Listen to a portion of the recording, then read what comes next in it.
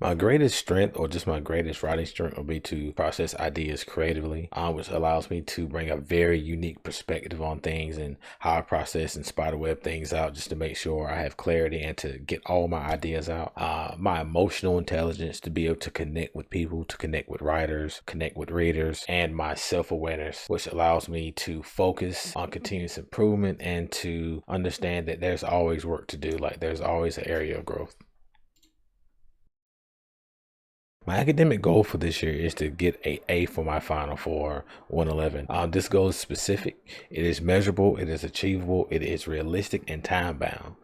To reach it, I'm dedicating a good amount of hours each week to study, actively participate in class, also being able to have resources like the tutoring and the study group. I'm also practicing I'm talking about strong time management. That way I can set my goals weekly and also review them and figure out where I need to make adjustments. Setting that goal will allow me to get the grade that I want, and regularly reviewing my progress.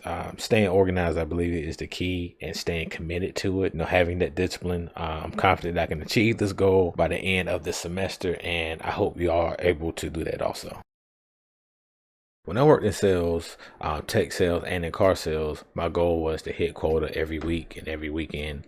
Weekend wise will be for cars, and every week would be for tech sales. What I realized mainly is that when people came in, or when I cold call people, I need to get to my point quicker. I was very verbose, and that's something I actively have to be conscious of, that I'm a very verbose person whenever I'm communicating.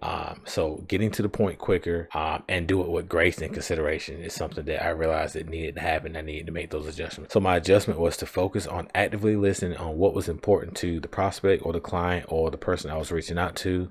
And once I've done that, that gives them confidence and trust. So as a result, it allows me to learn how to sell them, as some people say, but also being able to support them in what they need, and not just try to sell them something just because I was trying to make money, but actually adding value and making impact. Look at how writing has evolved in life just in general, but from a seventh grade or first grade level to a high school level to a college level. It is apparent that, to my understanding, of course it is important, but it's apparent that most places, especially fast-paced job, most people communicate at a seventh to high school level. Sometimes college, depending on what you're doing in your profession. But it also lets me know that whenever you actually read the room, you figure out who you're talking to, you become more effective. So you adjust communication. Like, I know for me, I have to adjust my communication with career-wise with who I'm talking to, whether it's a CEO, whether it's the exec, or someone in leadership. I have to adjust that to fit my communication with who I'm targeting, and it's about making sure that my writing is clear, concise, and it connects effectively with my target group or the person that I'm communicating with.